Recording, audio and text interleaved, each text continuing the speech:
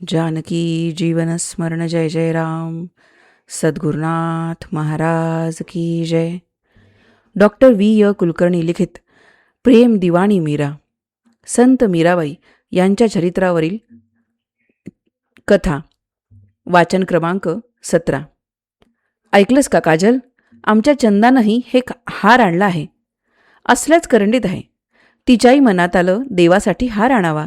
तिनं आणला. चंदा, ती करंडी आण. कशाला बाजूला ठेवायची? आण. नको नको, देवाला माझा हार नको. चंदा घाबरली. नको काय? अगं आण. अगं तुला माहीत आहे ना, कान्हा कालिया नागाच्या डोक्यावर नाचला. चंदानं थरथर कापतच ती दुसरी करंडी तिथं आणली, राणीची आज्ञा म्हणून. मीरेनं म्हटलं, चल कालिया, ये बाहेर. तुला कृष्णाची शपथ आहे. मुकाट्यानं दूध पी नि निघून जा पाहू. असं म्हणून मीरेनं त्या करंडीचं झाकण उघडलं. नागानं फुस्स करून फणा उभारला. मीरेनं शांतपणानं दुधाचा पेला पुढे केला. नागानं फणा मिटला, खाली केला. तो शांतपणानं पुढं सरकला, दूध प्याला आणि सळसळत खिडकीतून बाहेर निघून गेला. समोरच भीतीनं स्तब्ध होऊन सारेच पाहत होते. तो माळी, ती काजल, ती चंदा आणि इतरही काही थोडे लोक. चंदाच्या मनात आलं, आपण हिच्या संरक्षणाची एवढी तयारी केली होती, इतकं राजकारण यशस्वी केलं होतं, पण हिचं रक्षण करणारे आपण कोण? तिनंच दाखवून दिलं की खरा रक्षणकर्ता तो कान्हा आहे ना.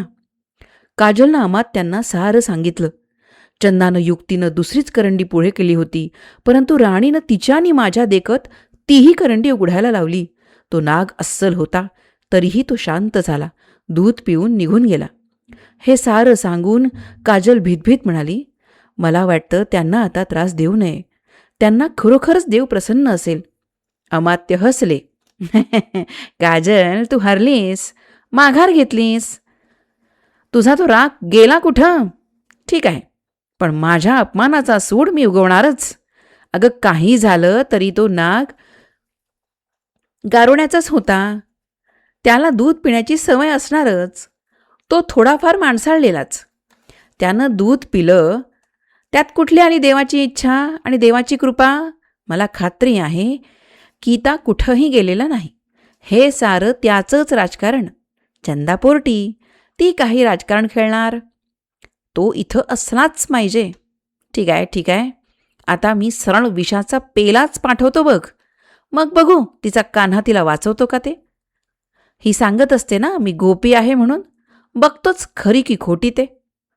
काजल काही बोलली नाही, पण तिच्या मनात आलं, तसं घडलं तर बरंच झालं. अमात्य विक्रमादित्यांना भेटले. तो राणा एवढासा, त्याचं धोरण एकच, अमात्य सांगतील तसं करायचं. अमात्यांनी विक्रमादित्यांना म्हटलं, सरकार, छोट्या राणीचा आपण देहदंडाची सजा फरमावली होती. आम्ही आपल्या आज्ञेचं पालन करण्यासाठी एक विषारी नाग करंडीत घालून राणीकडं पाठवून दिला. राणी नागदंशानं मरावी आणि त्यांना देहदंड मिळावा यासाठी हा खटाटोप केला. परंतु राणीचं नशीब बलवत्तर.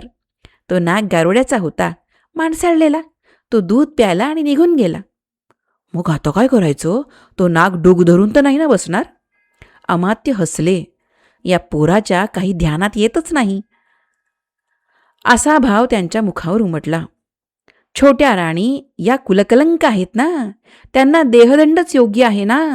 मग एक उपाय खुंटला, अगर असफल झाला तर दुसरा योजनेच भाग आहे. तेव्हा आपण तशी आज्ञा करावी. अमात्य, पुन्हा पुन्हा आज्ञेची काय आवश्यकता? तुम्ही उपाय करा, आम्हास केवळ सांगा की असं केलंय म्हणून.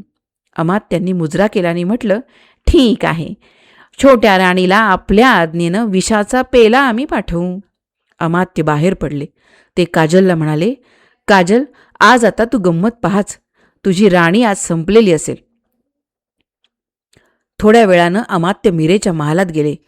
त्यांच्या काहीतरी मनात आलं. त्यांनी चंदाला बोलावलं आणि म्हटलं, चंदा, आम्हास कळलं आहे की गीता इथंच आहे. त्यांना बोलव. हे बघ, तुम्हा दोघांवर आमचा मुळीच राग नाही. काही झालं तर मी तुझी नोकर. दासी सांगितलेली कामं करतात, त्यात त्यांचा काय दोष? मी राजपूत आहे, शब्दाला आपण जागतो. तेव्हा मी तुला शिवशंकराची आण घेऊन सांगतो की तुमच्या प्रेमाच्या आड आम्ही येणार नाही. तुम्हाला इथं अभय आहे. गीता राजवाड्यात राहील. चंदाला आनंद झाला. गीताला आणायला खरोखरच बाहेर पडली. रजपुताचा शब्द विश्वास ठेवण्याजोगाच असतो. पण तिच्याही हे ध्यानात येईना गीताला किल्ल्यात आवर्जून बोलवण्याचं कारण तरी काय. गीता दुपारी गडावर उपस्थित झाला. संध्याकाळी अमात्य स्वतः विषाचा पेला घेऊन मीरेच्या महालात आले. त्यांच्या मनात तो पेला चंदानी गीताच्या देखत द्यायचा होता. आता काय करू शकता बोला, असाच न बोलता त्यांचा खडा सवाल होता. राणी तडफडून मरत असताना आपणास दिसावी, काजलला दिसावी आणि चंदा गीतालाही दिसावी. तुम्ही तिला वाचवू शकत नाही हे स्पष्ट व्हावे. अमात्यांच्या मनाविरुद्ध जाणं म्हणजे मृत्यूला कवटाळणं हे प्रत्यक्ष दाखवून द्यायचं. म्हणूनच गीताला बोलावून घेतलं. मीरेच्या महालात येताच त्यांनी काजलला आणि चंदा गीतालाही बोलावून घेतलं. त्यांच्या देखत ते मीरेला म्हणाले, हो, आणि विशेष म्हणजे काही बोलण्यापूर्वी त्यांनी नम्रपणानं त्यांना मुजरा केला आणि नंतर म्हटलं, छोट्या राणी सरकार, मला क्षमा करावी. आम्ही या राजसिंहासनाचे नोकर, आम्ही काय करू शकतो. राणाजींची आज्ञा कठोरतेनं पालन करणं हे आमचं कर्तव्य. आम्हाला अतिशय वाईट वाटतं, पण त्याला आता इलाज नाही. आम्ही राणाजींची समजूत घालण्याचा किती प्रयत्न केला, पण ते मानायला तयारच नाहीत. साधू संतांची सेवा आणि देवाची भक्ती हा काय देहदंड देण्या एवढा अपराध आहे का. शिवाय छोट्या राणीचं कोणतंही विपरीत वर्तन ऐकू आलेलं नाही. त्या पूजेतच असतात, त्या ध्यान करतात, पण महाराजांना सांगायचं कोणी. त्यांनी आम्हास आज्ञा केली आहे. म्हटले, अमात्य, या आज्ञेचं पालन तुम्हीच स्वतः करावं. आमचा इलाज खुंटला म्हणून आम्ही इथे उपस्थित झालो आहोत. मीरेनं म्हटलं, राणाजींची काय आज्ञा आहे. राणाजींनी हा विषाचा पेला दिला आहे.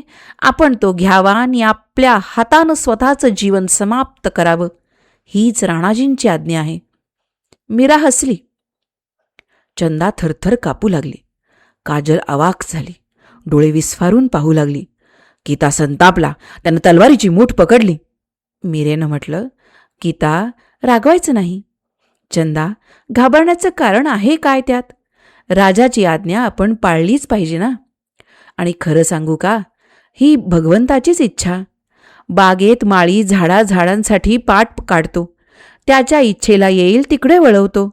कधी मोगऱ्याला तर कधी कारल्याच्या वेलीला पाणी निमूटपणे जातं. तसंच आहे, त्या वनपाळ्यानं माझ्या जीवनाचा प्रवाह कसाही वळवावा, त्याला कोण विचारणार हे असं का म्हणून. तेव्हा त्याच्या मनात असेल तर मला विष घ्यायला हवं. संतांनी सांगितलं आहे की जे जे काही करशील, जे काही खाशील, जे काही पिशील, जे देशील, ज्याचा यज्ञ करशील, जे जप तप करशील, ते सारं भगवंताला अर्पण करावं. बास, हे सूत्र ध्यानात ठेवून मी माझ्या कन्हैयाला या विषाचा नैवेद्य दाखवते. या दुधानं त्याला स्नान घालते आणि मग ते तीर्थ म्हणून, प्रसाद म्हणून घेते. देवाचं स्मरण करीत असताना मृत्यू आला तर काय वाईट आहे. मी देवाचं स्मरण करीत असताना मृत्यू आला तर काय वाईट आहे का. मी जगावं की मरावं हे तो ठरवील. खरं म्हणजे हे राणाही ठरवू शकत नाहीत आणि हे अमात्यही ठरवू शकत नाहीत. असं म्हणून मीरेनं तो पेला घेतला. तिनं भगवान श्रीकृष्णाची मूर्ती चांदीच्या ताम्हणात काढली. त्या विषाच्या दुधानं त्या मूर्तीला स्नान घातलं.